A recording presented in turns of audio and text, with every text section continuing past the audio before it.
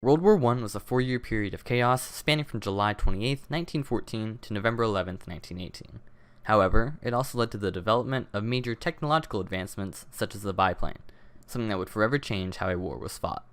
In this video, I will attempt to recreate one of the most famous planes of the time, the Fokker Eindecker, a German fighter plane that was known for its synchronized machine gun fire and gave the Germans air superiority for quite some time throughout the war. Now, before we jump into the build, here are some things that you need to know. 6 major plane designs were used during the course of the war. You had the Bristol Type 22, a British 2-seater fighter plane, the Siemens Schuckert, a single-seat German fighter plane, the Sopwith Camel, a single-seat British fighter plane created by the Sopwith Aviation Company, the Handley Page 0400, a long-range British bomber, the Gotha GV, a long-range German bomber, and of course, the Fokker Eindecker, which was a single-seat German fighter plane. Also, being a pilot during this time period was an extremely dangerous job. You were constantly being shot down, sometimes by your own men, and the average life expectancy of a pilot was around 40 to 60 hours in the air at the start of the war. There are plenty of exceptions to this, however, with many notable pilots living in the air much longer. One of the most famous, the Red Baron, flew for almost 4 years, shooting down 80 planes during that time period. He was shot down himself in mid-April of 1918, but he is still remembered as one of the greatest aces of all time. Also, can we agree, he just has a killer pizza brand? Just saying.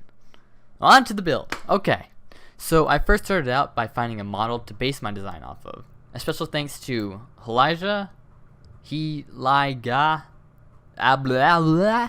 don't know, however you say the name, but special thanks to this guy. His model really helped me out to create the design in real life. After I found the model, I began to take measurements. Lots and lots of measurements.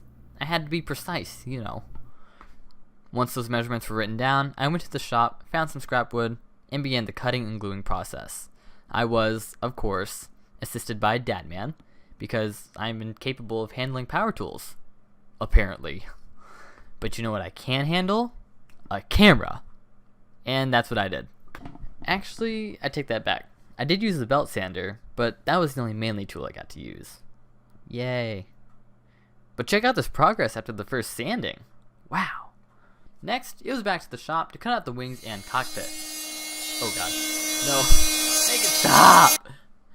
Oh. Anyway, after that, I added my own flair to the design by cutting up old license plates to make the front and back wings. We did a dry fit, and it looks pretty good. And now it's time to over-engineer the legs of the plane. Sweet.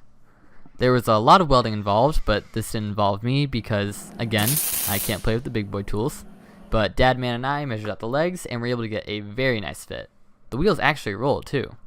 The last thing for me to do was sand out any imperfections, spray paint the body yellow. No, not your face. That totally didn't happen, by the way. And glue the whole thing together. And here it is in all of its glory.